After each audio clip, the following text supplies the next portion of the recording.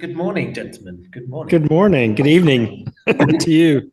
Thank you. So I'm in Australia today, in Sydney, and you are on the east coast of America. Am I correct? Yes, I'm in Savannah, Georgia, and and I am in Washington, D.C. Wow. And so I'll just give a little bit of background about myself. So I started a company called the Transparent Company, which is really based around trying to remove commercial bias from medicine and really getting to the core of how to get people actually well.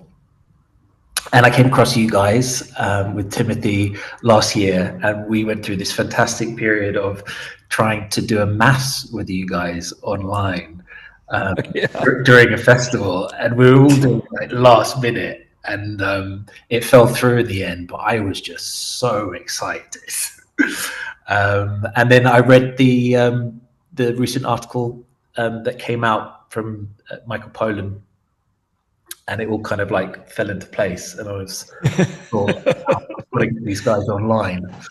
Yeah, good. We could trust the timing. Trust the timing. Yes. So what about yourselves? You go first. Oh my God, I feel like everybody knows my story. After I feel like, although I will say to connect with you about that, I think about the healthcare situation. I think that's really what motivates me. Physical health and mental health and spiritual health, motivating me for the work I'm doing, and trying to make the connection for people between a kind of not just healthy religion, but deep spiritual practices, and how that interacts with how that engages psychedelics, and how all of that can raise our consciousness, but also just make us healthier, better, more effective people. And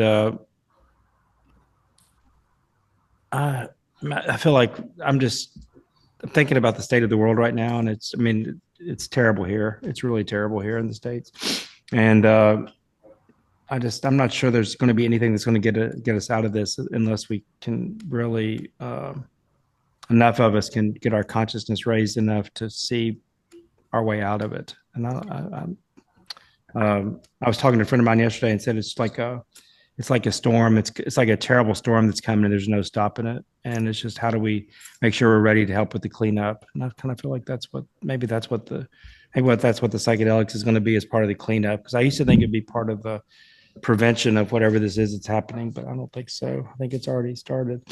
So, but my primary areas of interest are mental health, spiritual health, and healthier communities, so that we can be more resilient, individually and collectively. I'm very much on the same page. Very much. Yeah, and I think so. For no one it's the old line about Ram Dass finding the others, but I think that's what we're doing. Yeah, yeah. I always think of there's a film called Don't Look Up, and it's with Leonardo DiCaprio, and the kind of world's falling apart, and right at the end they kind of congregate and they have a meal together. Mm-hmm. The asteroid kind of destroys everything, but I find it like really beautiful, the idea of spiritual and mental health by bringing people together in kind of communities. That's what we do with the Transparent Company a lot as well. So we do these kind of meals. We do Facebook adverts where it says, "Have you had a psychedelic experience? Would you like to integrate it?" And then I cook for maybe 14 people in Sydney, and then we sit them around a table. They're all new to us. We don't know who each other are, and we talk, and we have these conversations, and it's really nice. And Timothy, yourself? Yeah. So first of all, let me say that gathering around a meal is one of humanity's most ancient customs, right? In religious traditions and in traditions of village and all that. So thanks for just being a part of that 10,000 years now of people gathering around meals. That's something I've experienced also in my own psychedelic journeys, is the idea of doing those with other people in a communal setting worked for me. I think there's something interesting, and people do it on their own. I get that. I think both for safety, for integration, and for a sense of belonging for a sense of shared purpose. A shared meal or shared communal experience with psychedelics is important. So personally, like Hunt, I am a clergy person. I'm in the United Church of Christ tradition here in the U.S. I am currently running a faith-based nonprofit. I'm not currently in a congregational setting, but I would say that psychedelics. I spent most of my career as a minister, 20 plus years, yearning for the affirmation of love, being loved by God, being loved by others, being loved by myself, being loved by the universe. And I had some brilliant moments of that in church, particularly around music, the transcendence around music. But it wasn't until I began to commune with others through psychedelics that I experienced a tremendous sense of affirmation that I am, in fact, loved by the universe. And so I had some sort of epic, sort of 30,000 foot view moments of feeling that love. And then I had a very specific, very personal moment of finding myself on a psychedelic journey, finding myself falling into the womb of Jesus. We could unpack that in about 30 seconds or about 30 years, depending on how long you have for this conversation. And for me, those experiences weren't just psychedelic trips. They weren't just that sort of woo-woo kind of thing.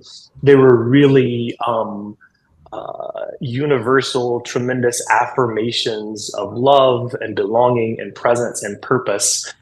And again, those weren't just for me personally. Those were experiences that in many ways caused me to change what I was doing, caused me to change my life in ways that I think and hope and pray will help me be a better person for those around me and for the world. So while they're very personal experiences, that just brings us back to that communal experience of being a new person, to use religious language, to be a new person in the world. Yeah, this idea of a new person through kind of the induction of neuroplasticity, I find really interesting. It's not so much just about the experience itself; it's about the after and the integration involved. Yes.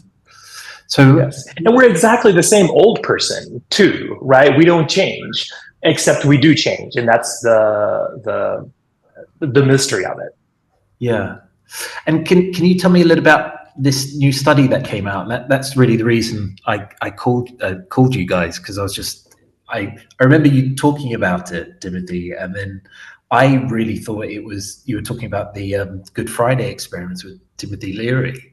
But obviously, you guys aren't old enough for that, so we're close. Well, close, but yeah. So this was that 2.0, and Hunt, of course, was a participant in that study. So you can tell us more about it. Yeah, and Tim lives near Baltimore, where I went for the Ribs at Hopkins in Baltimore. So I flew to Washington D.C., where Tim and his family live, and he was part of my getting to Baltimore and then taking me back from the session to the hotel. And speaking of new creation, that's what he said I looked like when he picked me up, because part of the protocol is you obviously can't drive yourself, and you need to be they don't want to put you in a taxi or an Uber, so they want you to have a friend or family member pick you up. So Tim picked me up after my session, and he walked in my first session. He walked in and he said I was glowing or something. It was like, and really, that's the kind of experience it was. It had a outwardly manifested. I was inwardly a new creation, but I looked different too. So real quick, I was serving a congregation. I'm a Episcopal Anglican priest, and I was serving a congregation in Seattle and was flipping through a magazine one rainy fall day and saw an ad for a study at Johns Hopkins looking for religious professionals who were psychedelically naive. And I thought, oh my God, I was psychedelically naive. I'd been around it, but I just hadn't been interested that much.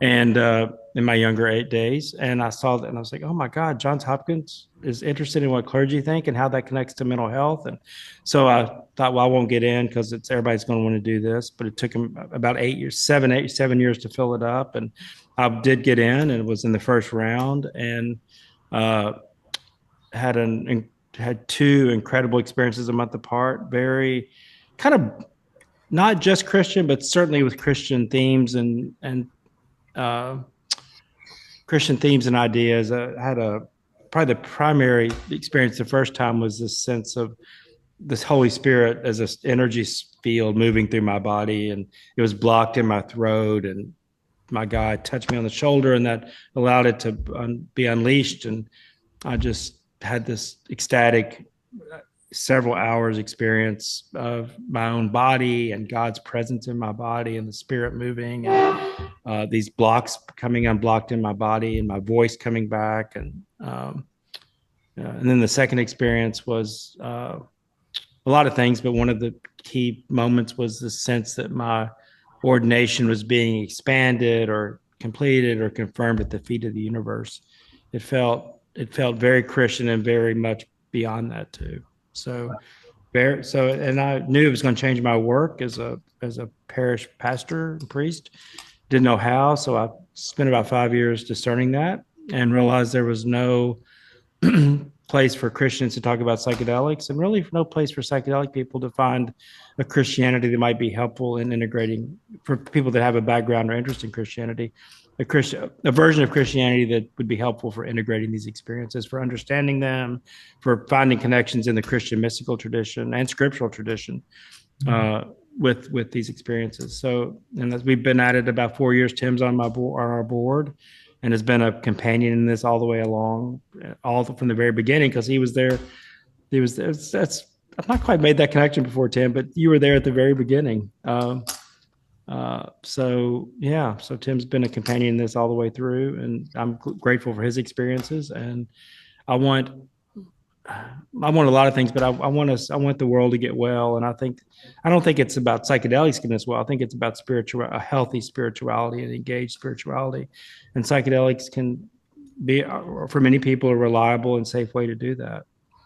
It's not about the psychedelics. It's about what comes after that, or in it. Can I just focus in on the timeline there? You said that the Johns Hopkins clinical trial was about 5 years ago, but no, it was in 2016. So it was almost 10 years ago now, but 9 years. And I started Leary 4 years ago. I was and I'd came to a congregation in Savannah, Georgia, spent 5 years there. And I knew something was going to emerge in psychedelic, because it just aligned so much with my interests in mental health and spirituality. I had such a big experience. I wanted to pay it forward. I felt like there were so many of my clergy colleagues, that needed this sort of restart. And that's what it felt like for me. So it's been about a 9-year journey, 10-year journey, actually. The paper only got released is it 2025? No, it just got released. Yeah, it just got released about 2 weeks ago. So how was there such a big gap between it?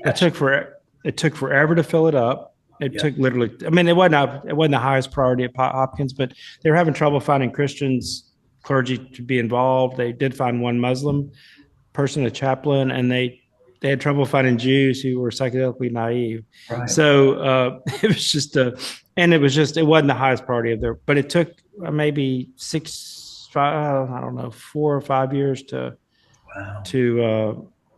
be completed and get the papers written. And then there was some controversy around some conflicts of interest in the funding. And so that went back to the institutional review board at Hopkins, and they took a while, and then it cleared all that, and then it was released. So, and it's a controversial topic. So I think when you bring religion into a topic and then bring drugs into it, it's going to be fraught with a lot of controversy. And it sort of is. Nothing huge right now, but yeah. So did you get any kickback from kind of higher ups in the church hierarchy, or? A little bit now, not before, but it started a little bit. I think it's in some ways that's a proof of concept of what we're doing, is educating Christians about the healing benefits of psychedelics. And in the States and even in the rest of the world, there's been at least 50 years of bad information about psychedelics. So it's undoing a lot. And so a lot of interest among my colleagues, a lot of interest at higher levels of the church, but also some trepidation and just confusion and fear. Maybe some of it's fear, but most of it's just lack of information of understanding what this is really about. It's not about taking drugs. It's about what these compounds and substances can do to open us up to me and deep experience of God that changed my life. I was 51 then, and I needed a reboot. So, we've actually got some Christians in our group actually, and they one gentleman in particular went to his priest, and he was interested in psychedelics, and the priest at the time told him in the scriptures it didn't mention anything, and because it didn't mention anything, this gentleman thought, okay, it's okay for me to take this. He ended up taking a large dose of magic mushrooms, and like yourselves, like he saw Christ consciousness. He changed his life and reinvigorated his faith. But it's a bit funny because, it's not funny, but he went back to his congregation and he told people in the congregation that this is how he felt, and it reinvigorated his faith. And he got somewhat ostracized. They thought it was, because of my background as a pharmacist, I find it interesting. People kind of classify a lot of drugs as bad, and then they kind of circle them around. So whenever someone comes in, and whether it's magic mushrooms or any of these things, they're immediately categorized as this is a bad thing. And I think he got ostracized because of it. And then he went and tried to find other Christians, and he couldn't find them. And just recently, I've been talking to them about Leary, and their minds were blown. First they had a massive trip, and then they heard about Leary, and it's really nice because I think it's given them a center point outside of sin as well. Oh my God, yeah, thank God. I mean, I'm sorry I think that's been the history of, I would say, the history of mystical experiences in Christianity and mystics is. So if you could sort of take the drug part out for a minute, and that's what the church has done over and over again to the people that have had these profound experiences of God, however they get there, and they're often ostracized or on the edge of the community or looked at as being odd, and they probably are odd, but they're looked as not being really part of the community. So, and then you add the war on drugs to that, and all this misinformation, and a really lack of respect for indigenous traditions, other traditions that have used these substances for millennia. I mean, I think about mushrooms in the Americas. People, it's can be typical of Christianity to dismiss other people's spiritual paths, and that's part of what I think is happening too, is dismissing the wisdom that's coming out of indigenous communities. Maria Sabina, who was who sort of was the person that brought mushrooms into at least the 20th century awareness in the West, was a committed Catholic. Her bishop knew what she was doing. Right. She was a curandera. So, I mean, there's so many issues with Christianity, and it's my tradition, and it's formed me, and I value it, and I'm part of it, and I criticize it because I see all of its missteps. And that's right. There's one example. Your friend that had a powerful experience of Christ consciousness, went to his congregation to talk about it, and gets ostracized. It's infuriating to me, actually. It's infuriating. It's isolating for him, I think. And now he's of the belief. He's very curious as to this idea of the Eucharist, and I'm a bit unfamiliar with it. But I typed it in, Eucharist as a psychedelic, and there's actually a book written about it. The Immortality Key. Immortality Key, but there's also a book called The Psychedelic Eucharist, which was written in the 70s. Oh yeah, right. Yeah. Can you go into that a little bit more? Which part? Well, the idea that potentially psychedelics are Eucharists, or is that? Well, I think that's how some people look at it. I would say in the traditional church and the circles I travel in and lead, I think I would not make the Eucharist. I would not say that the Eucharist. We have the Eucharist. That's bread and wine. It's this handed down tradition that we have, and people find great meaning and power in it. Have over the centuries, as do I. So I don't think it needs a supplement. I don't think we need to put a mushroom on the patent for the bread. If people do that, that's okay. I just don't think we. I think for in traditional Christian circles, I think this is a retreat. I think this is what people do in small groups. I think they do it very prayerfully with the Eucharist. If that's part of the tradition, that's part of the retreat, maybe on both ends of it, but really grounding it in a sense of the God's presence in everything, including that mushroom. But not to take it to the level of making a capital S sacrament of like Eucharist, baptism, the other sacraments of the church. I just think that's but it's sacramental in that it's sacramental in that it's a window into God and into an experience of God. So in that way, it's sacramental for sure. And what's your opinion? I was going to say, I think those two books have interesting sort of academic and historical conversation, or add to the academic and historical conversation. Brian Muir Rescue's book, The Immortality Key, and the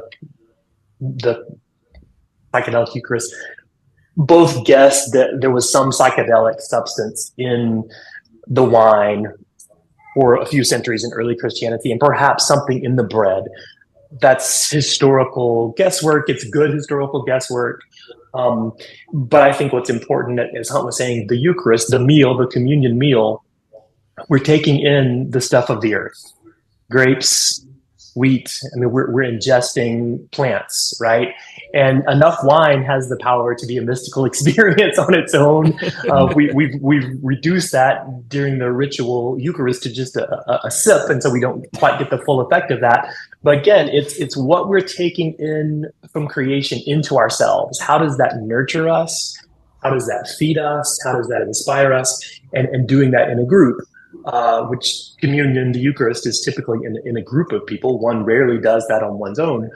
So it's what we're taking in from creation to nurture our bodies and our spirits, and how we're doing that with the people around us. Whether or not the wine and the bread had some type of psychedelic substance in them in past days is an interesting conversation. But yeah, I think we have that experience, and we have psychedelics all in conversation and in partnership with each other right now, along with all of the other parts of mysticism, whether it's Jewish mysticism, mysticism in Islam, or mysticism in Christianity, drumming, singing, dancing, a really, really good, loud, grand pipe organ. All of those things can inspire us. Not in the same way that psychedelics do, but there are similarities in ways that the spirit, if you want to use that language, can speak to us and can resonate within us. So it's through bread, wine, music, dancing, psychedelics. They're all these, I hate to say tools, because that seems to diminish them to like a hammer or a screwdriver. That's not what it is. I don't know a better word, but they're all tools, I think, for this spiritual healing, this communal spiritual healing. Yeah, collective healing. Another question. So one of the first dinners that we had, some people from something called Santo Daime, right? Santo Daime came, and it was kind of the same circumstance. It was that they were from South America, and they had, I believe that they use ayahuasca as a type of sacrament. Yeah, they do. They came over to Australia, and Australia at the moment is an interesting place for psychedelics, because psilocybin and MDMA went prescribable in 2023. And there haven't been that many prescriptions, unfortunately. We did a freedom of information request, and only 80 prescriptions for MDMA and psilocybin have actually been written. It kind of Really? Yes. It's amazing, right? That's surprising. Very surprising. I thought it would be in its thousands, but unfortunately, when it came out, the price of it is so high. Oh, okay. And it would be, to get access, is around about 10,000 Australian dollars. Yeah. Wow. Yeah. So, That's one of the things we've talked about in Leary is who owns the medicine, if you will. I hate to use that term too, but if we allow it to become a part of the pharmaceutical complex that we have in the United States, I don't know exactly what it is in Australia, but if we allow psychedelics to become a part of that process, then we're going to ignore the indigenous traditions who simply cultivated the land and shared that freely in the right circumstances, and we will price people out of those experiences and trap them in this Byzantine insurance thing that we have going on here. And so that's one of the things we've talked about at Leary is how do we, as people who are connected to churches in various ways, offer the church as a part of the holder of this experience. I don't know much more beyond that, and I don't think you do either. But yeah, the 10,000 Australian dollars sounds really pricey. Yeah, for something that might grow outside of your window. Right, exactly. Right, or that you could get down on the corner from somebody, which is not the best way to get it, but that's what Yeah, it's not $10,000 when you buy it from somebody. The justification they have here is when it went prescribable by a psychiatrist, and a very kind of specialist type of psychiatrist who costs something like $400 or $500 an hour to consult with. But then there's lots of stipulations around it that there needs to be a psychotherapist and there needs to be certain hours of psychotherapy to go alongside it. The actual medicine itself costs very, very little, but it's just the human hours put around it. And they've done that for a safety reason, which I think is good to a certain extent. But there's a direct correlation between poverty and depression. Oh my God, yes. Yes. If you're putting a barrier of $10,000, and we've had 2 years run, and quite rightly, your faces were quite shocked that we should be the front runner in this, but 80 people, it's pretty bad.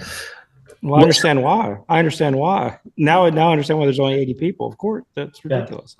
So yeah, but I would say too, it's so my own psychedelic experiences, I was psychedelically naive. That's the phrase Johns Hopkins was looking for. I was not a participant in the study, but after I picked Hunt up from the study and saw him glowing and had some conversations with the staff at Johns Hopkins and with Hunt, I was like, I want to do that. At first it was just out of curiosity, right? Hey, whatever he just did, I want to do that. And then it became this spiritual experience. But I was, I'm a child of the 1970s and 80s in the United States when Nancy Reagan was telling us not to do drugs. And so I had all of those fears and worries, right? And so I talked to my primary care physician, I talked to my psychologist, I talked to my family, I talked to my friends, and I very discreetly talked to some members of the church I was serving, right? I didn't announce it, right? Because So I understand why those laws are in place in Australia. That sounds great. Let's make sure that a person who's about to do that or who's doing it has a network of support from medical professionals and psychiatrists and all that. That's lovely. That's the kind of care and integration that we want. But it shouldn't bankrupt one to find that network of care. And so I applaud the ideas behind that. There have to be other ways to make that more accessible. Yeah, our idea is more community care in that. Yes. If I've got a medical background and there's lots of psychiatrists prescribing, which that's a barrier to entry, but it also can be kind of seen as a monopoly to a certain extent. And all of those people missing out, what's happening now I see is that a lot of people are being forced into this underground space. And by saying the only way that this can happen is through paying $10,000 to $20,000, you get people who know that it works and they see things online, and they often see the best bits in kind of confirmation bias, but then they might try it at home, but then because this $10,000 care is so expensive, they have nowhere to turn. And my thing when I talked to you first, Timothy, was I would love for the church, or if there was a Christian Legare branch whereby we could make referrals, because people do come into our group and it's fantastic, but having a wise priest who has had these experiences or has learned from you guys, I think it would be very useful. But I've been looking for one, and it's very difficult, very difficult. One of the things that's happened, we created this group, Hunt, and myself and others created this group here in the United States, and there's a thriving partner group or offshoot group in the UK, a group of clergy people, spiritual directors, lay people who've really found each other, and I would say they're a part of Legare. I mean, we're so maybe there's room to gather some of the Australians, at least via Zoom, and get that started as a branch group, as an offshoot. I'd love to do that. So if anyone's watching this video and they want to start it up, please get in contact. Exactly. We will very much appreciate that. Yeah. It will become a franchise, and we'll all get rich. I'm joking. I'm joking. Forget what we said about not monetizing. We're going to monetize world domination through psychedelics. I'm joking. And that is a legitimate concern of a lot of people, and I think a big thing with a lot of different religions, but also psychedelic cults. People know about Manson. Right. And the thing I would say to that too, I mean, look at Christianity writ large around the world. There's some beautiful pockets within Christianity, loving, kind, generous, gracious, and there's some horrible pockets of Christianity, right, that are abusive and mean. And you can say the same thing about Islam and Judaism and non-religious folks as well. And so, when people say, "Oh, look at X, Y, or Z," this psychedelics experience caused that to happen. Sure, sometimes things happen, right? And they happen in schools and churches and on playgrounds and workplaces. And in medicine with pharmacists and doctors and nurses. Unfortunately, it's a human thing. It's not so much. I think it's a power thing. And what we've tried to do with the Transparent Company is just we show our bank accounts live, so you can see whether we're taking money from different places and whether we're influenced by different things. But I just think that the power of the church, and in these times, I think people turn towards the church. And I think if certain people are kind of like ostracized, I wish I could get in contact with the Sydney Diocese. And to be honest, like when I read the clinical paper out there, I kind of looked at it like almost like a business plan. You could take this to the Sydney Diocese and they could say, I don't know, church attendance is down 90%. And you could go in there and say, look, we could help you do this in a different way. We're not really driven by profit. I'm very much driven by the idea that psychedelics can kind of bridge a gap in people's hearts.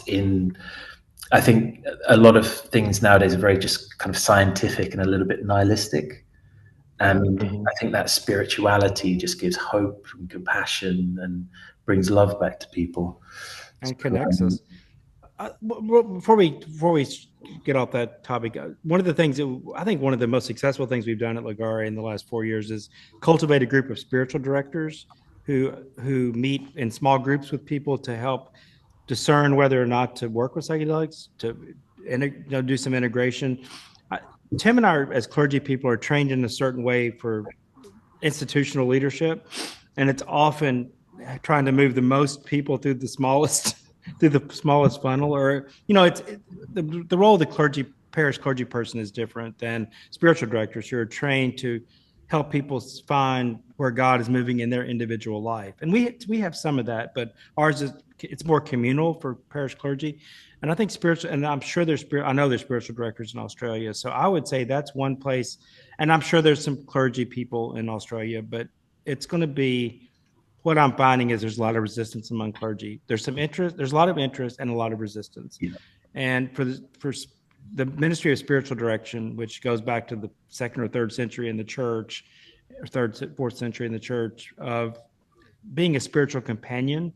And I would encourage you to find those people in Australia, but and the friendly clergy people. But the church moves slowly and wakes up slowly and resists. And I mean, it took us forever to even get past yoga in the United States, and there were Yoga. Christians freaking out about yoga. So, you know, and that doesn't seem to be the case now, but it just takes.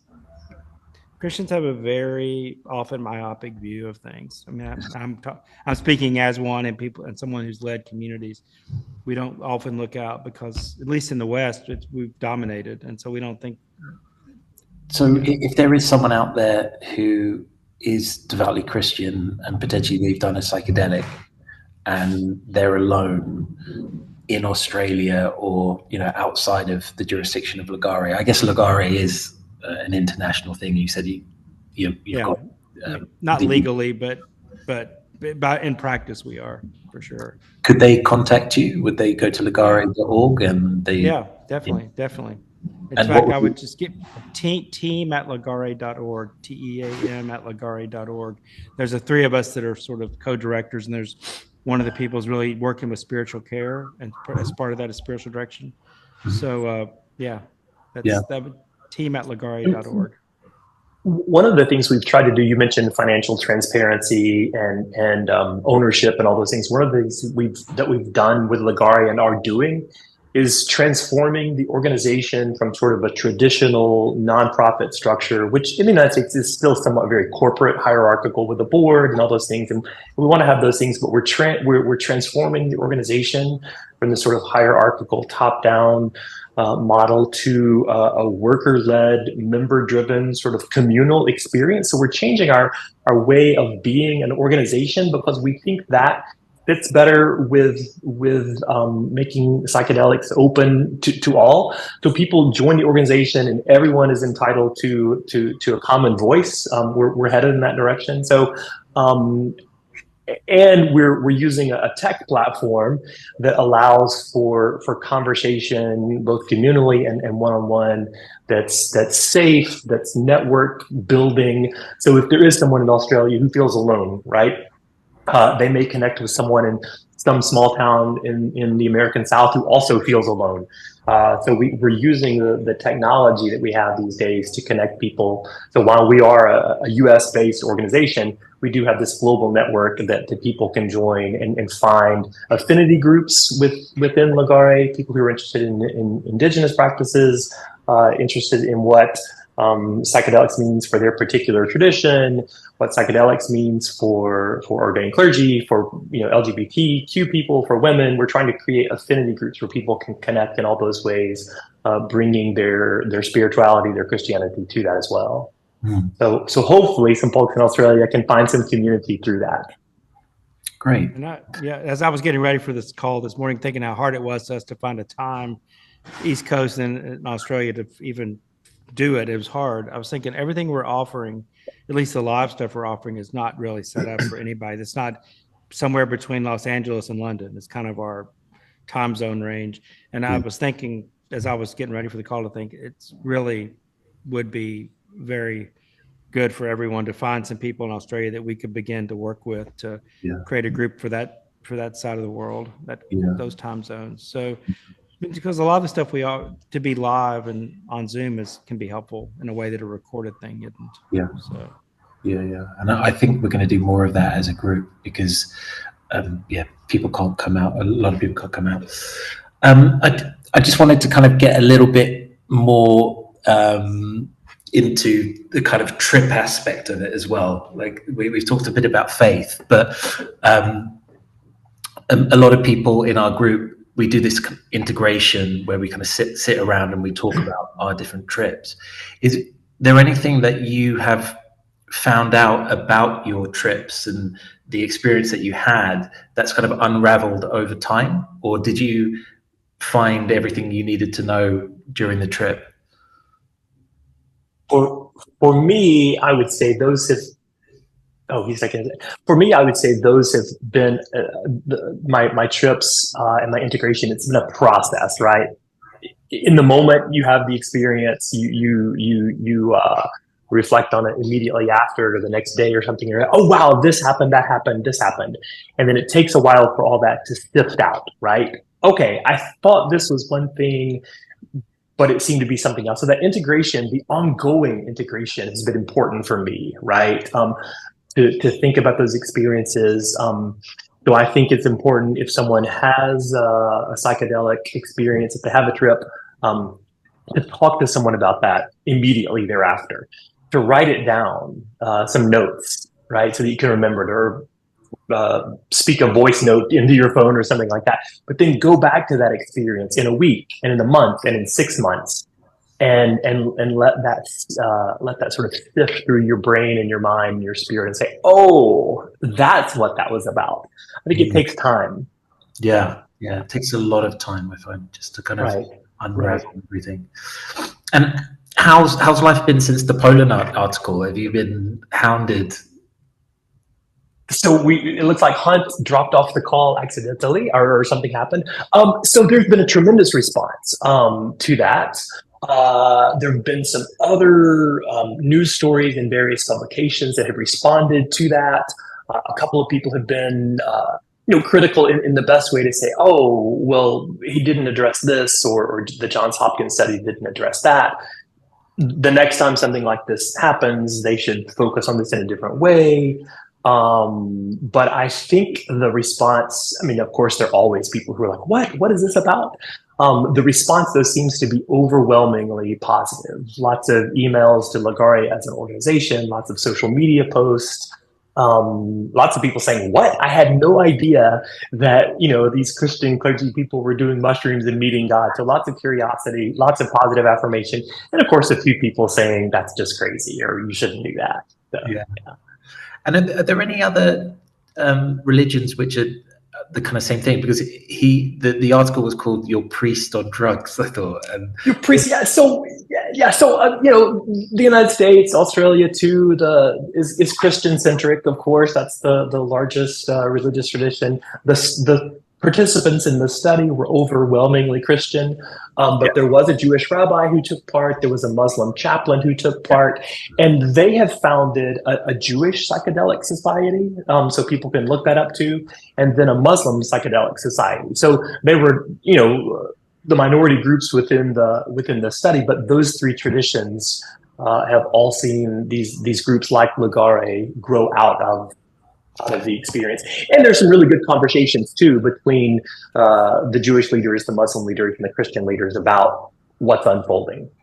I wonder about the trips themselves, whether the Jewish rabbi saw more kind of Jewish iconography, or the burning bush of Moses, or something from the Torah, or the Islamic. Did you manage to speak to other people in the group about their trips? Or Hunt, what can you say about the experiences of the rabbi and of the Muslim chaplain in the study?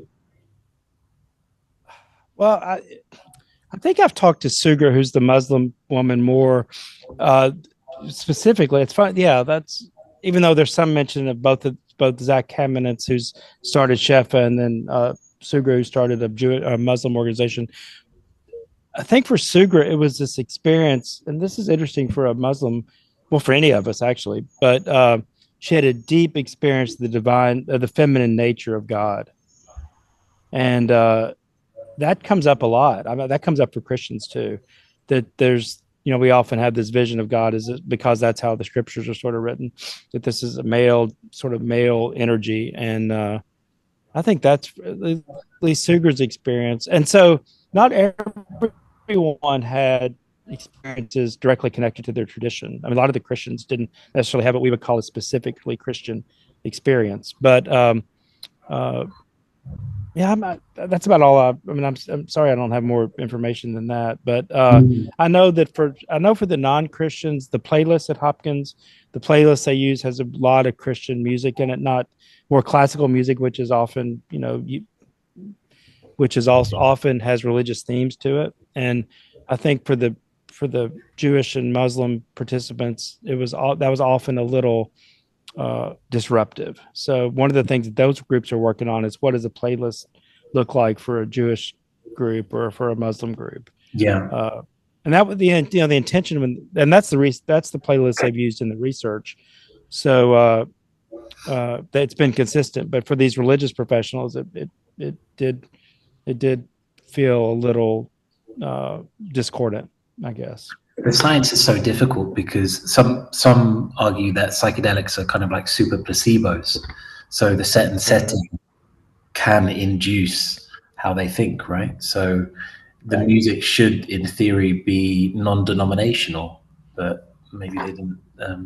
One of the things we mentioned earlier was how long it took to do the study and then how long it took for the study to come out. Yeah.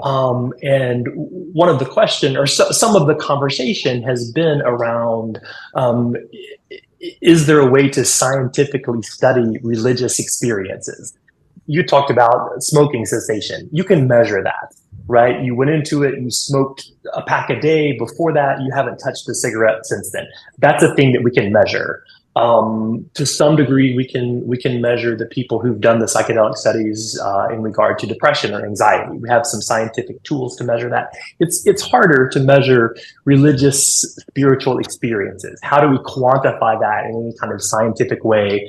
We really can't. So I think that was part of the delay in the study, just figuring out how to report this in a quantitative and qualitative kind of way. But that's the conversation we have to have is what does all this mean? It goes back to your integration question too. It takes a long time to figure out what a journey may have meant or what it may be asking you to do. And do you find that there's a lasting change in faith and on both sides? So on the spiritual side and also on the clinical side, do you feel better for a long period of time, and do you have to retake these things? So for me, I would say yes. I have had lasting changes in my sense of self and who I am in the world. Not to go into my stories terribly much, but as I said, I had this tremendous sense of affirmation, being loved by the universe, that spoke to some elements of anxiety and depression and self-understanding that I had. I also had what I would say in religious language is an exorcism. I don't use that term very often, but a real experience of healing some childhood trauma that I had been carrying around for decades, and that trauma didn't vanish from my life and from my body immediately, but it has diminished day by day for the past several years. So the answer to your question is yes, it has lasting implications, or it has for me for the past decade or so. So what we find in our group is a lot of people who have taken mainly psilocybin is they kind of have a relief from depression, or they feel highly spiritual for maybe about 2 or 3 weeks.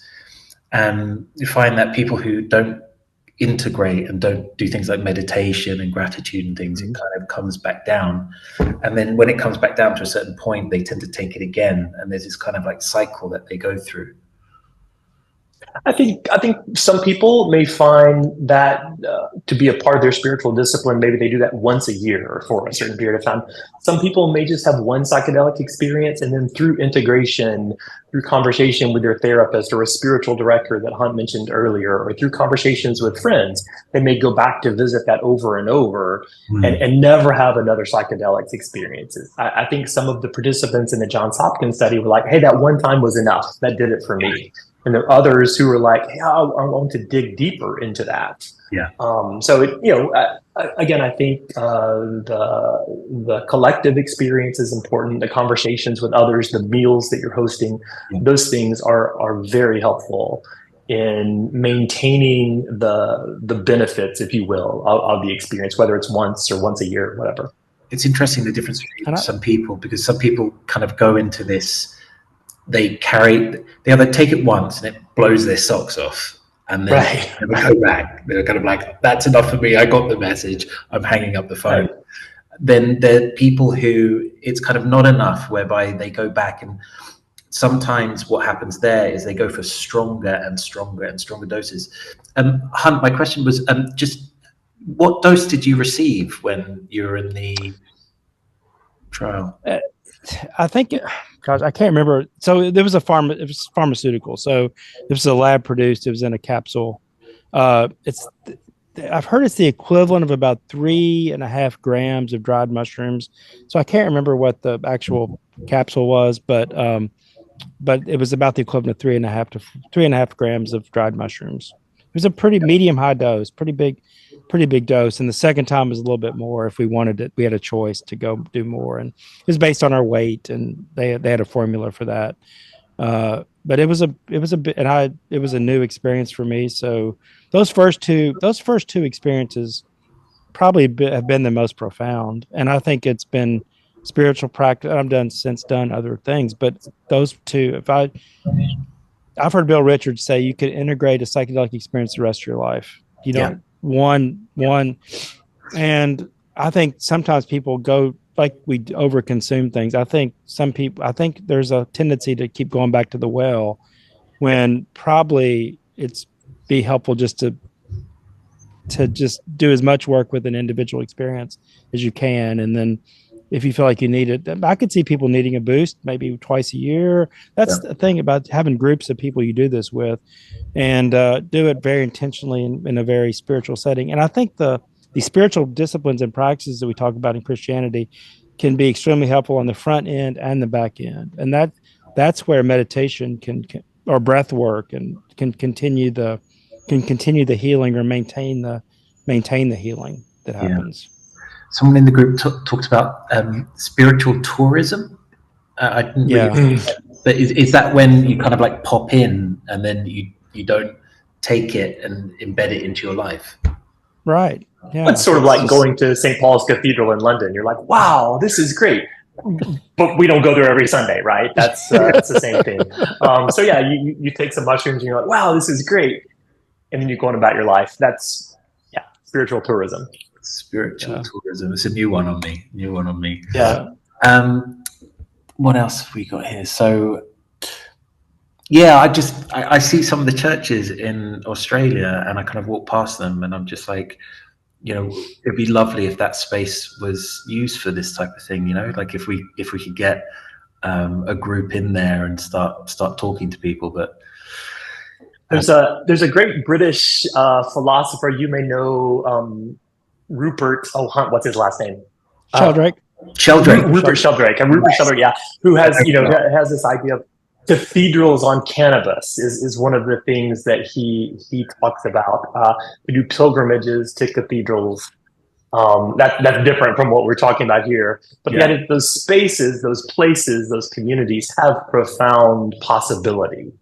Right. And so what if we could connect them with psychedelics and have that be, that's not for everyone, right? We're not saying everyone in the church has to do that, needs to do that. But if that were a part of the spiritual disciplines, the spiritual practices offered in churches, mosques, synagogues, temples. Which we can learn from the Santo Daime on that. That's who they are, and they do it very respectfully and carefully.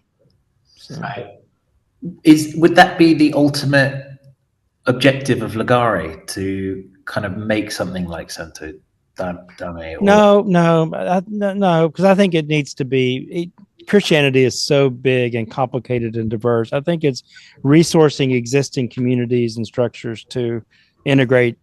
I've been saying a lot lately is the church has a ministry in this, not to necessarily to provide psychedelics. That's a long way off in a retreat setting, but to be open, like your friend in Australia, to be curious about the experiences people are having, and then help them see where there may or may not be connections within Christianity. I feel like we need to resource the existing structures to be helpful to people that want to have experiences or have had experiences, and leave the retreats and that to other organizations and groups. And I think, and even maybe resourcing facilitators eventually, and resourcing therapists about religion and spirituality. Yeah. But I'm not interested in creating another church. There's too many churches now.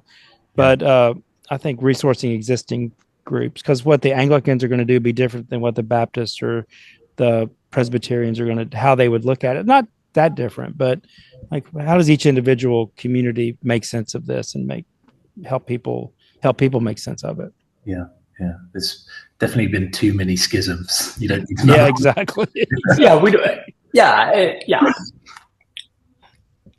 Yeah, I think, when I think of your friend knocking on the door of his clergy person's office, and the clergy person, the best they can say is, well, there's nothing about it in the Bible, which may not be exactly a good reading of the Bible, but to provide that clergy person the resources to say, okay, here are some clergy people who've done that, or here's this Christian group that's done that. This could be your experience. So, starting from a place of information and knowledge. So are there parts of the Bible which mention psychedelics? There are places in the Bible that mention spiritual and mystical experiences for sure. Mm-hmm. And then there are other things that we don't really know about. Manna from heaven for the children of Israel, the people of Israel, as they're wandering in the desert. What was that substance? There's lots of guesses about what the manna was, right? Moses sees a burning bush. Yeah. What was that plant, and why was it burning? That's a great question. And then you get to the conversation that we had earlier about the Eucharist. What exactly was in the wine when Jesus and his people were drinking it? We don't really know. I mean, we can just assume it was the same kind of wine that we drink. There are hints of things like that. The book of Revelation, if you read it as a psychedelic trip, you're like, yeah, I understand. John's Revelation, I think it was. Yes. Yeah. Yes. Wow. Yes. My mom had significant migraines for much of her life, and she saw colors and swirling lights and all these, this fantastic slideshow. And when she read the book of Revelation, the last book in the Bible, she recognized it as someone who was having tremendous migraines, and they saw all these visions. That was her take on it, just from her own experience. She never did psychedelics, or to my knowledge, she didn't. But if you've done psychedelics and had a journey, and then you read John's revelation of flying horses and colors and hordes of locusts and things like that, you can read it through that lens and say, oh, the person writing that had been taking something. We don't know that, but it's a curious way to look at the scriptures. Yeah, some of it's like a Beatles music video. Yes, yeah. And to figure out what that means, right? And I would much rather interpret John's revelation through the lens of psychedelics than through the lens of apocalyptic world wars, which is what some people have. I would much rather see it as one person's trip of understanding the divine than how the world is going to end. I don't think that's a helpful reading. Yeah. And I always found the kind of image of Jesus in my head is kind of that kind of hippie kind of person, right? Like I always thought that, it's beautiful. This lonely guy who walked around gathering a group of outcasts and ne'er-do-wells. Counterculture. who were counterculture, who were excluded from their synagogues, or excluded from their village or their family. And he was like, hey, come be a part of this group with us. Yeah. We'll have a little bread and a little wine along the way. Yeah. Vegan Not a bad way to be. Vegan meal. Yeah. Get some lentils in there. Exactly. Yeah. Well, gentlemen, thank you so much for your time. I think I've taken enough, but it's been really nice. I've got loads of other questions which I'd love to ask you, but I don't know if I can online. It might be a bit tricky. We can have other conversations other times. And I do hope there's someone who watches this or listens to this and is like, oh, I should connect with these people just so I don't feel alone in my experience. Yeah. So I hope this is helpful. And that's the real reason I'm here. Is I think there's that kind of desperation in loneliness and understanding that there is a friendly face and there which doesn't judge, and it's open and it's authentic, and it's like there are people there to help. So thank you very much. Thank you. Thank you for what you're doing. I've been talking about gathering people for meals Sunday nights, thinking about Sunday night suppers and how to bring people into that. Breaking bread, because everyone eats. There's this kind of commonality that we all breathe the same air, we all eat the same food. And I think once you can embrace that commonality, it breaks down those divides, right? Right. On those divides. Right. Yeah. Cool. Well, thank you so much. Thank you so much. Thank you. I'm going to go have a little snooze now. Okay. I'm going to go have another Kim and cup I of are going to coffee get on with our enjoy day. the world. A new day. Yeah. Exactly. Thanks so much. So with this, I'll send you the recording. I'll cut it up, and hopefully it'll go on YouTube in a few weeks. Yeah, and I'm sorry, Excellent. it was so complicated what happened in there, but I'm No sorry worries, about that. So how are you going to use this? Is it going to be? That's going to be on a YouTube channel. So we've got around we haven't got a huge amount, but we've got about 1,000 subscribers. Oh, good. Oh, good. Great. Email list of around about 10,000. And it's probably going to go out to the Australian Psychedelic Society, which is around about 40,000. Oh my God! You will get. Feel free to give you have my email address. I just use that general one so I don't get bombarded. But anybody that comes to you that is really interested in trying to get something going, to get a conversation started in Australia. To be honest, there. As I said, there's one gentleman in our group who is just extremely passionate about it, but he can't go back to the church because he's very afraid that they're going to ostracize him. But then when I saw that document, the trial document, I read it as, why doesn't someone go to the Sydney diocese? Or I've been like typing into Google who's like the youngest, quirkiest priest, like I don't use search terms I'm using, or like psychedelic priest. But the thing is because it's quite conservative, I believe it's no one wants to be an outlier, and I'm sure there's people in there. It's so that diocese is so the Anglican diocese or Catholic, Anglican or Catholic. It's both of them, but yeah, I think Anglican. Yeah, the Anglican. So I'm wondering. Oh my God. So conservative. So I'm a part of the United Church of Christ here in the United States. I'm wondering if our partner group, the United and Uniting Church in Australia, which is more progressive, would be a place where this might resonate. I don't know that. I don't really know the theological viewpoint, but the United and Uniting Church may be a place where there's a little more openness. I shouldn't speak for anything in Australia. I don't know. I bet there. I don't really know how to do it. I could send a letter, but we even with our group, so we held a psychedelic integration session in a cafe just down the road, and they called the police on us because they thought we were drug dealing. And it's wow. And I'm a licensed pharmacist, and we've got like psychologists and everything. And then I got a letter from my God, essentially from the government saying, what are you doing? And I kind of corrected them in saying, well, actually it's not an illegal medicine, it's a prescribable medicine. And if you look at the data on LibGen, Sci-Hub, all of these AI apps now, and you type in what is the best remedy for depression, it will first say non-pharmacological, but when you compare antidepressants to psilocybin and psychedelics, it on a safety profile as well, it does show it favorably. So we're moving into funny times because it's proven, but there's still this taboo. And I've done lectures where I've kind of explained, since the 1970s and the prohibition of it and Vietnam War, but people still see it as this drug. But it's so cool to see two gentlemen from the church, and I think what it will do is it will really give people a bit more confidence in it. My worry is just safety, and because there's sometimes the kind of non-acceptance here, that if they can't go to their church, then maybe they can go to us, and maybe we can help. And maybe if we can group, because we've got a few in our group now, if we can group them together, maybe we can make some sort of like subset, which would be Leary. Yeah, that'd be really cool. Right. Yeah, I think creating a community for people to have their conversations, their frustrations, their fears, their worries, their hopes and dreams is really important. So maybe we can be part of that. Yeah, cool. All right, guys, I'll leave you to it. Thanks so much. Thanks, Wojtek. Talk to you soon. Thank you. Have a great day. Bye. Take care.